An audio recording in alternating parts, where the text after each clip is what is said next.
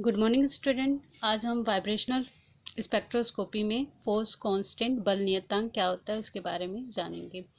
ठीक है, इसे जानने के लिए हमने एक डायटोमिक मॉलिक्यूल ए बी या HCl ले सकते हैं। ए और बी एक बॉन्ड के द्वारा एक दूसरे से जुड़े हुए हैं और ए और बी दोनों ही एटम अपने इक्विलिब्रियम पोजीशन से क्या करते हैं, हमेशा वाइब्रेट करते रहते हैं। तो ऐसे डायटोमिक मॉडल को हम लोग सिंपल हार्मोनिक ऑक्सीलेटर की तरह मान के चलते हैं और ए और बी के बीच बॉन्ड को हम लोग एक स्प्रिंग मान के चलते हैं और वो हुक्स के नियम का पालन करते हैं। ठीक है, तो हुक्स का नियम क्या कहता है? According to Hooke's law, restoring force is directly proportional to the displacement। यानी जो रिस्टोरिंग फोर्स F क्या होता है, डायरेक्टली प्रोपोर्शनल होता है x के। जहाँ प्रोपोर्शनल का साइन हटाने पर हम लोग एक कांस्टेंट यूज करते हैं, तो F इक्वल टू माइनस के इंटू एक्स। एक्स क्या है? Displacement of an item from its equilibrium position. ठीक है, एक्स क्या है? इक्विलिब्रियम पोजीशन से कितना डिस्प्लेसमेंट हुआ है। ठीक है, वाइब्रेशन करते समय क्या होगा, बॉन्ड या तो एक्सपेंड होगा या तो कंप्रेस होगा।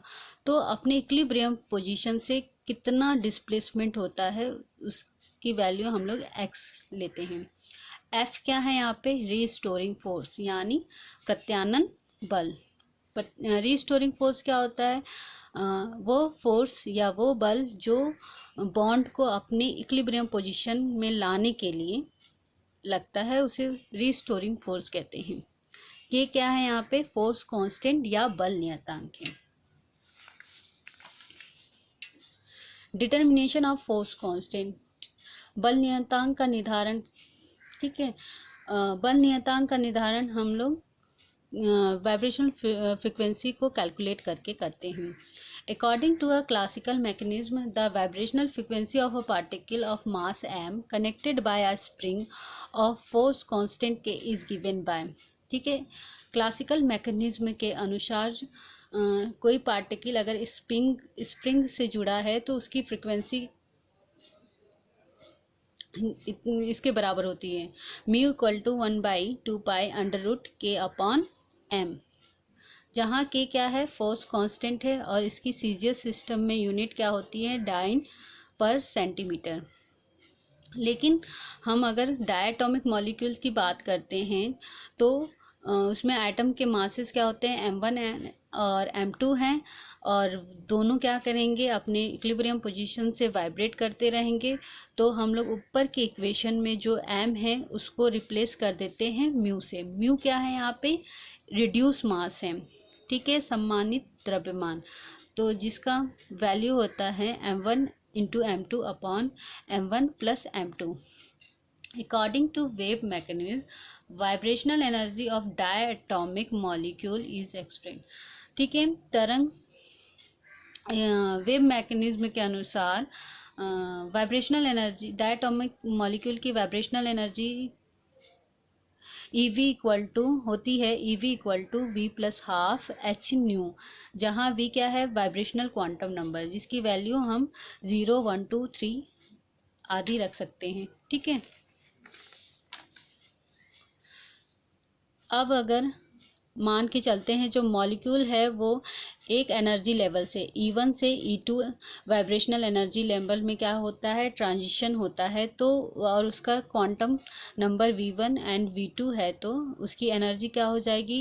E1 equal to V1 plus half h nu, इसी तरह E2 की V2 plus half h nu. अब इक्वेशन 4 को इक्वेशन 5 से घटाने पर तो चेंज इन एनर्जी कितना हो जाएगा?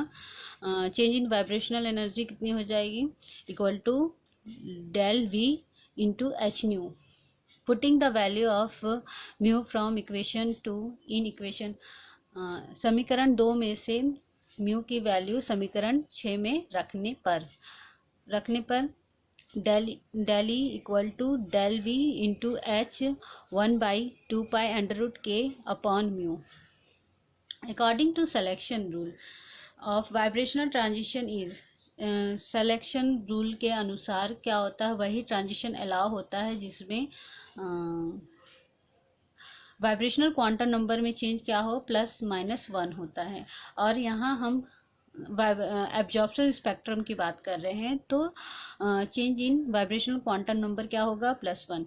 इसकी वैल्यू समीकरण 7 में रखने पर क्या आ जाएगा, तो EV इक्वल टू h/2π√k/μ।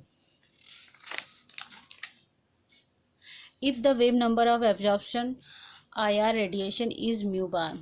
ठीक है, अगर हम लोग IR रेडिएशन की तरंग संख्या म्यू बार मानते हैं, तो हमें पता है कि del E equal to h mu होता है। और म्यू क्या है, म्यू की वैल्यू फ्रिक्वेंसी क्या होती है, c/λ, और 1/λ क्या होता है, म्यू बार यानी वेव नंबर।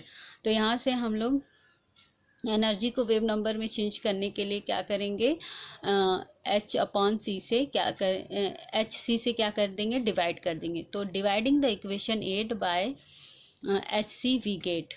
तो एनर्जी को hc से डिवाइड करने पे हमें वेव नंबर मिलता है, और वेव नंबर आ जा किसके बराबर होता है, 1/2πc√k और म्यू। इसकी यूनिट क्या हो रहेगी, सेंटीमीटर इनवर्स में। ठीक है, तो इस फॉर्मूला का यूज़ करके हम लोग किसी भी डायटोमिक मॉलिक्यूल्स के फोर्स कांस्टेंट की वैल्यू निकाल सकते हैं। म्यू बार की वैल्यू हमें वाइब्रेशनल स्पेक्ट्रम से मिल जाती है, और पाई की वैल्यू हमें पता ही है, और सी की वैल्यू, सी क्या है यहाँ पे, वेलोसिटी ऑफ लाइट। तो और म्यू क्या है यहाँ पे, रिड्यूस मास। तो ये सारी वैल्यू हमें नोन होती है, तो हम के की वैल्यू निकाल सकते हैं। और इस इक्वेशन का यूज़ हम सिर्फ डाई एटॉमिक मॉलिक्यूल्स के लिए करते हैं। पॉली एटॉमिक मॉलिक्यूल्स के लिए इस इक्वेशन का यूज़ नहीं कर सकते हैं।